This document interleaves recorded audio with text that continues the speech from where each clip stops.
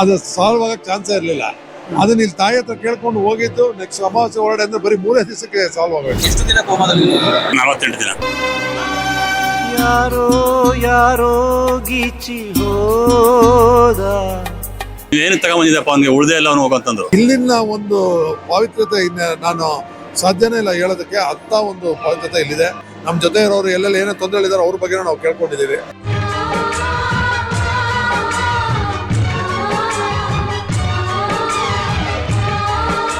ನಮ್ಗೆ ಮದುವೆಯಾಗಿ 7 ತಿಂಗಳಾದ್ಮೇಲೆ ಆಕ್ಸಿಡೆಂಟ್ ಆಗಿದೆ.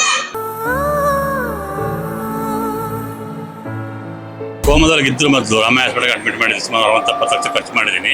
ಸಿಂಗಾಪುರಕ್ಕೆ ಹೋದ ಉಳಿಯಲ್ಲ ಸರ್ ಬಾಡಿ. 4 ವರ್ಷದ ಬರ್ತಿರೋ ಕಷ್ಟ ಹೇಳ್ಕೊಳಕ್ಕೆ ಆಗ್ತದೆ. 1 ವರ್ಷ ಅವರಿಗೆ ಏನು ರೆಸ್ಪಾನ್ಸ್ ಮಾಡಕ್ ಆಗ್ತಾ ಇರ್ಲಿಲ್ಲ. ತ್ರಿಶಕ್ತಿ ಚೈತನ್ಯದಾತೆ ಆದಿಮಾಯೇ